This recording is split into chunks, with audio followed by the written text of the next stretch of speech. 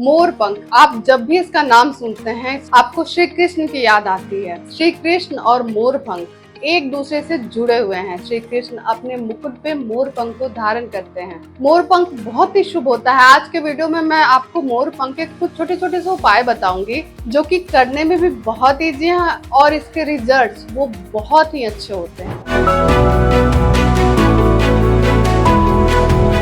नमस्कार दोस्तों, मैं हूं डॉक्टर ज्योति पांडे। स्वागत करती हूं आप सभी का इस चैनल पे। और आगे बढ़ने से पहले अगर अब तक आपने मेरे चैनल को सब्सक्राइब नहीं किया है तो जल्दी से सब्सक्राइब कर दीजिए और बेल आइकन जरूर हिट कीजिए। मोर पंख शुभता, पॉजिटिव एनर्जी और सौभाग्य का प्रतीक माना जाता है। अगर आप बहुत परेशानी में हैं, जैसे आपके घर में बरकत नहीं हो रही है, आपके घर में नेगेटिविटी बनी रह रही है, घर का माहौल खराब रह रहा है, बिल्कुल हमेशा लड़ाई झगड़े होते रह रहे हैं, प्रॉब्लम एक के बाद एक आती जा रही है, कोई काम बन नहीं रहे हैं, तो अगर ये सारी चीजें आपके घर में हो रही तो आपको 2 मोर पंख अपने मंदिर में रखना चाहिए। अगर आप रखते हैं तो आप देखेंगे कि कुछ दिनों में धीरे धीरे करके आप जो नेगेटिविटी है वो आपके घर से निकलनी शुरू हो जाएगी और धीरे धीरे पॉजिटिविटी आने लगेगी। आपको लगने लगेगा कि हाँ, अब चीजें पहले से बेहतर हो गई हैं और साथ ही घर का माहौल भी अच्छा रहने लगेगा। घर में मोर पंख जरूर रखना चाहिए। मोर पंख रखने से जो राहु के बुरे प्रभाव होते हैं वो भी शांत होते हैं। अगर आप हस्बैंड वाइफ हैं और आपकी आपस में बन नहीं रही है तो आपको अपने बेडरूम में मोर पंख रखना चाहिए।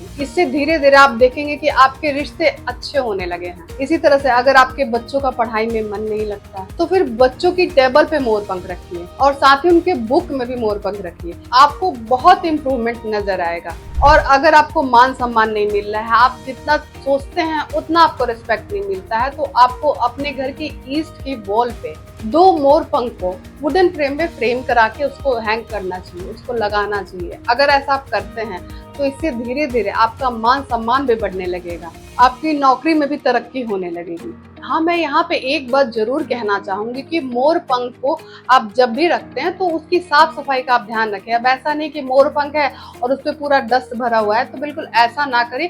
उसकी सफाई करते रहें और अगर मोर पंख टूट जाए तो उसको चेंज कर दें। ये छोटी छोटी बातें हैं जिसका आपको ध्यान रखना चाहिए। इन छोटे छोटे उपायों को करके आप अपनी लाइफ में बहुत बड़ा चेंज ला सकते हैं। और कमेंट में राधे राधे जरूर लिखें।